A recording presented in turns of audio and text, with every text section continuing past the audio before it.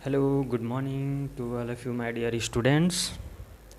आपका फिर से एक बार गीगा क्लासेस में आपका स्वागत है।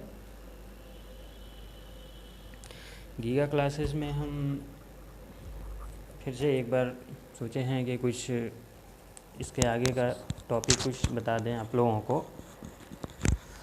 हम बात करते हैं एसजीपी की। अभी एसजीपी ही लेकर चल रहे हैं, फिर जैसा समय मिलेगा वैसा नेक्स्ट सब्जेक्ट का वीडियो डालने की कोशिश करेंगे। उसकी बात की है। अभी हम फ़िलहाल बात करते हैं कि हम जो इसके पहले वीडियो अपलोड किए हैं उसमें आप लोग देखे होंगे। जिसको नहीं मिल रहा होगा वीडियो प्लेलिस्ट में जाकर सर्च करेगा एसजीपी, तो एसजीपी का टॉपिक वाइज उसमें मिल जाएगा, वीडियो पड़ा हुआ है। तो हम बात करते हैं यहाँ पे किसकी बात करेंगे। हमने पिछली क्लास में बोला था कि कुछ टर्म है इसमें, सर्किट ब्रेकर में कुछ ऐसे टर्मिनोलॉजी हैं जिसको हमको जानना बेहद ही ज़रूरी रहता है। वो बार बार शब्द आते हैं तो हमें समझ में नहीं आता है कि इसका मतलब क्या है। ठीक है, तो हम यहाँ बात करेंगे। पहले हम ये देख रहे हैं कि सारा टर्मिनोलॉजी यहीं से निकल के आएगा, आपका जो भी टर्म है यहीं से निकल कर आएगा। पहले देखते हैं कि ये डायग्राम हम बता देते हैं आपको एक बार कैसे हम क्या बनाए हैं। ये वोल्टेज है, ठीक है। ये है क्या, एक graphical representation of the voltage at arcing phenomena. कहने का मतलब ये है कि जब आर्क प्रोड्यूस होता है, या कह सकते हैं कि हमने देखा था कि दो पॉइंट होते हैं, जो दो कांटेक्ट होते हैं, एक मूविंग कांटेक्ट और एक फिक्स कांटेक्ट। जब इन दोनों के बीच में सेपरेशन होता है, जब सर्किट ब्रेकर वर्क करता है, तो ये एक मूविंग कांटेक्ट ऐसे मूव होता है तो इसके बीच में आर्क प्रोड्यूस होता है। बात को समझ लीजिए ध्यान से एक बार, इसके बीच में आर्क प्रोड्यूस होता है। तो इस कंडीशन में आपके कौन कौन से टर्म आते हैं, कौन कौन से वोल्टेज प्रोड्यूस होते हैं, उसी चीज़ को हमें समझना है यहाँ पे। ठीक है, तो देखिए कि हम पिछले क्लास में हमने बोला था कि आर्क वोल्टेज क्या होता है, ये हमने बता दिया था। आर्क वोल्टेज क्या होता है हम पिछली क्लास में बताए थे कि वह वोल्टेज जिस पे, मान लीजिए कि जिस पे वह वोल्टेज जिस पे ये मूविंग कांटेक्ट ध्यान से देखिएगा, जो वह वोल्टेज जिस पे ये मूविंग कांटेक्ट धीरे धीरे अलग होता है और अलग होने की कंडीशन में आर्क प्रोड्यूस होता है, तो उसी वोल्टेज को हम कहते हैं आर्क वोल्टेज। ये तो हो गया आपका आर्क वोल्टेज, ये तो हम पिछले लेक्चर्स में ही बता दिया था। अब बात करते हैं यहाँ पे, देखिए कि ये है आपका वोल्टेज है सारा, फिर ये सिस्टम का वोल्टेज है, ये है सिस्टम का वोल्टेज। ये डॉट डॉट डॉट जो दिखाया गया है ये सिस्टम का वोल्टेज जा रहा है। यहाँ पे है सपोज दैट कि सिस्टम में फॉल्ट प्रोड्यूस हो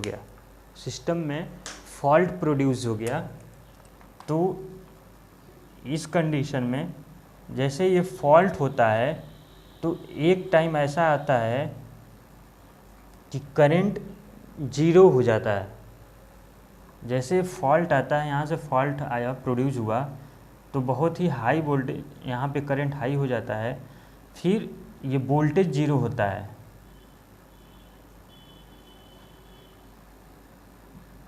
इस कंडीशन में क्या होता है कि फिर एक समय ऐसा आता है कि वह वोल्टेज जहाँ पे ये रिपीट होता है, जैसे इस तरह से देख रहे हैं, इस तरह से एक बन रहा है रिपीटेशन,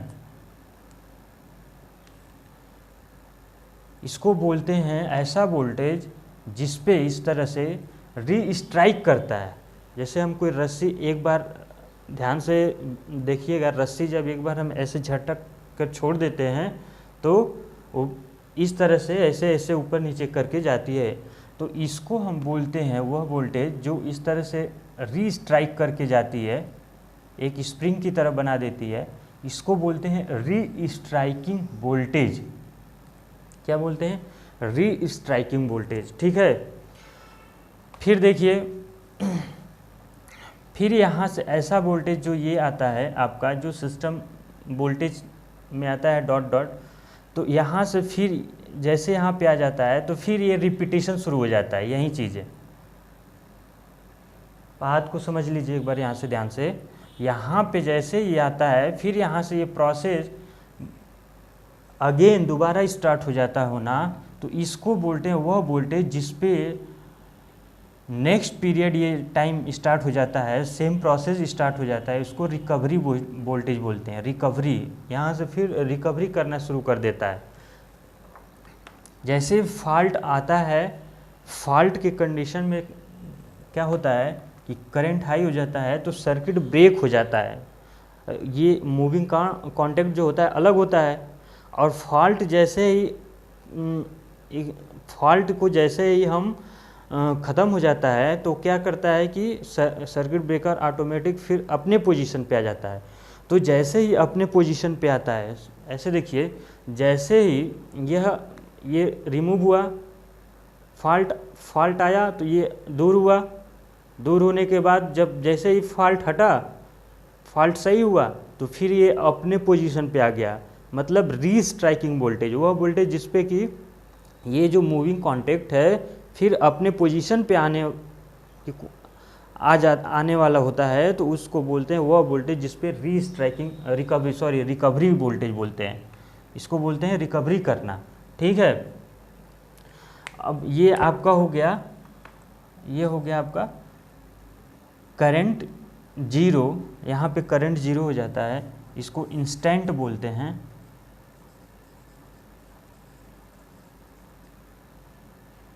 तुरंत जो होता है यहाँ पे करंट जीरो हो जाता है।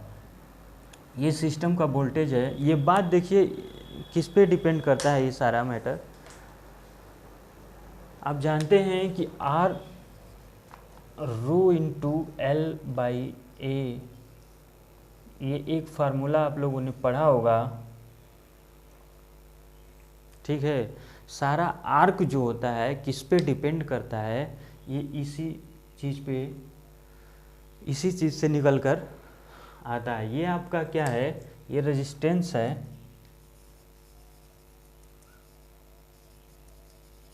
रेजिस्टेंस है, ये आपका है एरिया है, ये आपका लेंथ है, और ये स्पेसिफिक इसको बोलते हैं कांस्टेंट है रो। ठीक, तो ये चीज़ें निकल के यहीं से आती है, और यहाँ से फिर निकलने के बाद आपको मिलेगा कि फॉल्ट करंट जो है किसी भी, हमको री स्ट्राइकिंग जो आर्क में जो प्रोड्यूस हो रहा है आपका, एक मिनट, आर, फिर आर इक्वल टू हम देखते हैं V upon I, V upon I. Suppose that कि ये करंट जो है आर्किंग करंट है, ये करंट जो है इसको हम कम करते हैं तो ये क्या, रेजिस्टेंस क्या है, बढ़ता है। ठीक है, इन्वर्सली प्रोपोर्शनल है, करंट कम होता है तो ये रेजिस्टेंस बढ़ता है। अब देखिए रेजिस्टेंस बढ़ाने के लिए, अब बात देखिए ध्यान से कि किस पे डिपेंड करता है। ये रेजिस्टेंस हमको बढ़ाने के लिए, हमको आर्किंग को कम से कम रखना है, तो रेजिस्टेंस को हमको मान लीजिए यहाँ पे बढ़ाने के लिए ये क्या करेंगे कि हम एक तो लेंथ को बढ़ाएंगे, आर्क को कम से कम करने के लिए हम लेंथ को बढ़ाएंगे, ठीक, और एरिया जो है इसका कम करेंगे। समझ में आ रही है बात? ध्यान से देख लीजिएगा एक बार। जो आर है, हमको आर को ज़्यादा से ज़्यादा रखना है। जो रेजिस्टेंस है, आर्किंग जो प्रोड्यूस होता है, ये इसी फैक्टर पे डिपेंड करता है। तो हम करंट को, हम जो आर्किंग करंट है उसको हमको कम से कम रखना है, आर्क जो है कम से कम प्रोड्यूस हो। ये जो है आर्क कम से कम रखने के लिए करंट हम कम करेंगे, करंट कम करेंगे तो ये रेजिस्टेंस आपको बढ़ेगा, रेजिस्टेंस हमको बढ़ाना पड़ेगा।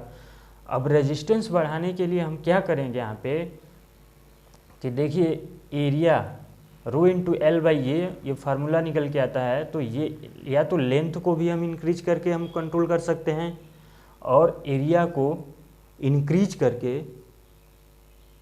एरिया जो है, एरिया क्या है कि इन दोनों के बीच की जो एरिया है, ये इन दोनों के बीच की जो एरिया है उसको हम बोलते हैं, एरिया को कम करके भी हम रेजिस्टेंस को इंक्रीज कर सकते हैं, ठीक है। ये आपका कांस्टेंट है, ये चीज़ कांस्टेंट रहता है। अब वोल्टेज भी आपका फिक्स रहता है, ये वोल्टेज फिक्स रहता है। बात समझ में आ रही है? तो ये रहा आपका कुछ टर्म है। ये क्वेश्चन आपके सेमेस्टर एग्ज़ाम में नेसेसरी है, पूछता है, ये फिक्स क्वेश्चन है आपका। और यहाँ से कुछ क्वेश्चन हैं जो कंपटीशन के क्वेश्चन में भी पूछ लेता है कि रीस्ट्राइकिंग वोल्टेज क्या होता है। एक एक नंबर के क्वेश्चन होते हैं, पूछ लेते हैं, तो ठीक है।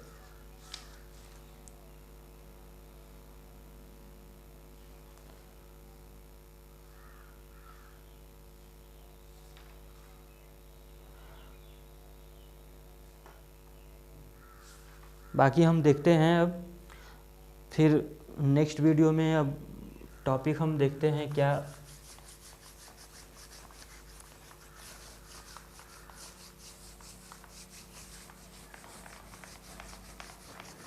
धीरे धीरे करके चल रहे हैं। अभी हम कोशिश कर रहे हैं कुछ मतलब कि अच्छा हो। आप लोग अपना रिवीजन करते रहिए, अपना टाइम वेस्ट मत करिए, अपना रिवीजन करते रहिए। फिर तो अगले नेक्स्ट वीडियो में फिर डिस्कस करेंगे इसके आगे का टॉपिक, ठीक है। और तब तक के लिए बाय बाय, और पढ़ाई करते रहिए, सेहत पे ख्याल रखते रहिए, ठीक है। स्वस्थ हैं तो सब कुछ है। और वीडियो अच्छी लग रही है तो लाइक करें, सब्सक्राइब करें और शेयर करें। धन्यवाद।